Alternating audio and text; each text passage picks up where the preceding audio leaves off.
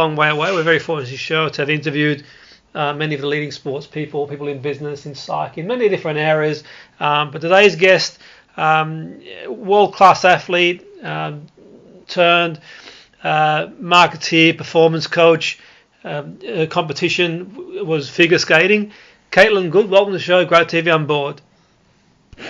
Hi, Jimmy. Thanks so much for having me today. It's great to speak to you, Katelyn. When did it all begin for you, Katelyn, like the competition? I mean, I'm guessing you sort of started competing, like, you took up the sport at an early age. Where does it sort of begin for you? What inspired you going to figure skating? That's right. I started skating when I was 3 years old, and my parents put me in every sport that you could imagine. But I really fell in love with skating. There was something about being on the ice, and I think ultimately it was about wearing a pretty dress and getting my first medal. But from there, I was actually quite a late bloomer in the world of sport. I was never that little girl that you thought would make it, but I had a lot of heart and really worked hard, and ultimately had a lot of success because of that. And what would you say for you, from that perspective, was the highlight for you, like competing in figure skating? What would you say would be, if you look back at sort of your career, is there any specific sort of highlights for you? Oh, definitely. I competed at 4 world championships, so reaching that was probably a huge highlight. But I think the biggest one was actually my mom unfortunately passed away 60 days before world championships in 2011. And so while it was the most tragic time of my life, if you can imagine, I was 20 years old and had the most important person in my life gone, I was able to use my mind and the techniques that I learned from my mental performance coach at the time to be able to compete and have the best skate of my life at that world championship. So that would be probably one of the biggest highlights, is learning not only to achieve that level of sport and compete at a world championships, but use my mind to get through any adversity and probably the biggest adversity that I'll ever face at that time in my life. Yeah, so it sounds like there, Katelyn, you managed to sort of take that adversity, but sort of channel it in a way for you in competition. I mean, obviously, sort of your mum will have wanted you to sort of do the best you can, and is that sort of from a you mentioned sort of like mental performance, mental skills, and did you have someone to help you sort of do that, or did you sort of figure it out on your own? And I mean, obviously, it must have been a very difficult time for you to sort of carry on sort of competing and somehow focus on competing. And was it through the help of somebody else? Did you do it on your own? I did have someone brought into my life at that time. Her name was Stephanie Hanlon, and she was my mental performance coach. And so I owe a lot of what I've learned now and what I teach to athletes and high performers today to what she taught me during that time. And one of the biggest things that really was probably the most impactful technique that I used was something that I now know is called neutral thinking. And so we have what exists. Everyone knows that there's positive thinking. We know that works most of the time. And then there's negative thinking, which we know works negatively 100% of the time. But what I didn't know is what exists in between. And this is what I've come to know now is neutral thinking. And what that means is essentially going to the facts. And so when you're sometimes in those hardest moments of your life and everyone is telling you everything's going to be okay, time heals everything, you got this, we're going to get through it, and trying to be positive, it's really sometimes the last thing that you want to hear. And so instead, what I did is I decided I needed to focus on what was true. So can you still skate? Yes. Can you still compete? Yes. So I had to change the voice inside my head and really downshift from those positive statements to neutral. So my mom is gone, but you're still here. I have what it takes to compete. My heart is broken, but my legs, they're still strong. So I really trust my training and my partner. And so it was that way for me to find a way to keep going by using language and the way that I talked to myself and the dialogue that was in my head that really, I believe, enabled me to skate during a time when I didn't think I could keep going. And that's really interesting, sort of, Katelyn. And there you then transfer the skills across the performance coaching? I mean, obviously that's probably not the only skill, but and there's things you've got to learn through experience along the way. But what do you feel you took into performance coaching from being a world-class athlete and learning these skills? Sorry, could you just repeat the first part of that question? It cut off. It's like what are some of the sort of key skills, and what do you feel you took from being a world-class athlete into performance coaching? Like, what are some things you sort of transferred across to the world of performance coaching from your time as an athlete and sort of working with people in the area of mental skills? So I think language is one, and it's, as I just discussed, it's something that actually many of us step over. We don't recognize how much we externalize negativity. So really just the first single step that I use with people is just not saying negative things out loud. So I can't, or it's not possible, it's too hot. So making judgments of the situation. So just learning how to control that negative, because we are going to have negative thoughts. It's inevitable. Even the best of us have them. But the first step is just learning not to say them out loud. So language is one. The second is energy management. So learning how, so yes, of course you have nutrition, you have recovery, but really understanding how to regulate the emotion inside of you and take control of those biases that happen, and learning then to channel that in a way that's effective. Some of the other pieces that I find very effective is addition by subtraction, actually. So not trying to add more things to our life, add more positive to our life, but reducing the things that are not serving us. So whether that's even the music that you listen to, are you listening to a lot of country or a lot of things that have negativity in it, and is that impacting the way that the dialogue that happens in your life? Are you watching the news? We're surrounded by things that are happening in the world that are usually negative. And so taking a look at where your energy is leaking, and maybe that's even the people that you've surrounded yourself with. Are they trying to take away that energy from you? Another piece that's really important is building confidence. And I believe that that belief is earned. And so when you are looking at the way that you talk to yourself in the present, the stories that you have of yourself about your past, and then how you're seeing yourself in the future, you can start to really build and cultivate the confidence within you in different areas of your life. So that's a big area that I dig into with my clients and athletes. That's really interesting. I think it's a lot of, really good takeaways for people sort of listening in. We have a variety of different people who listen, from sports people to just people in general, just trying to improve certain aspects of their life, and I'm sure there's something they sort of take away. You mentioned sort of clients and athletes. I mean, generally speaking, what would you say a day for you is? Katelyn, what do you work with? Sports people, business people, a combination of all, and how does your sort of clientele range?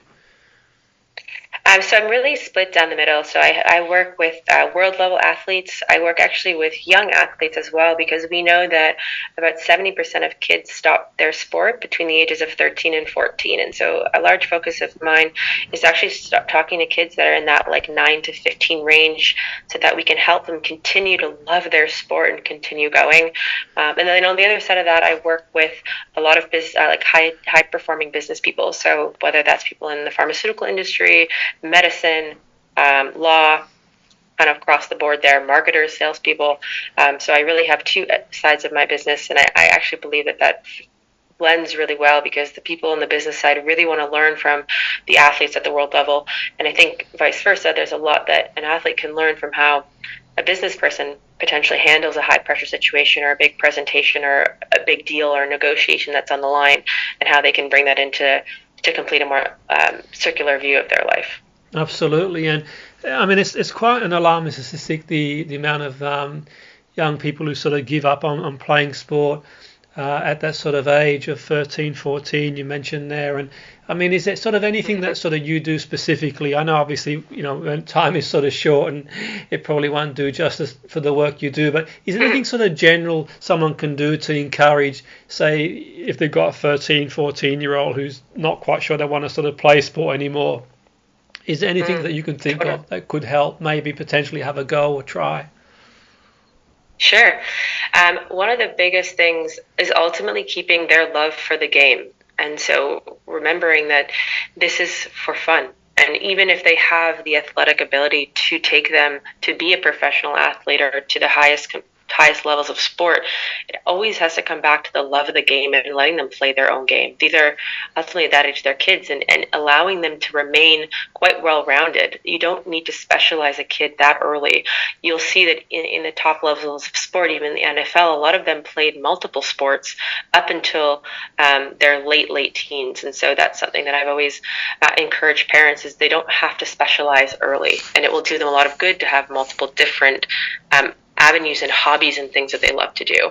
The second piece of advice that I would give, more so for the parents, was an exercise that you can do with your kids at the end of every day. It's called the daily ESP, so effort, success, and progress.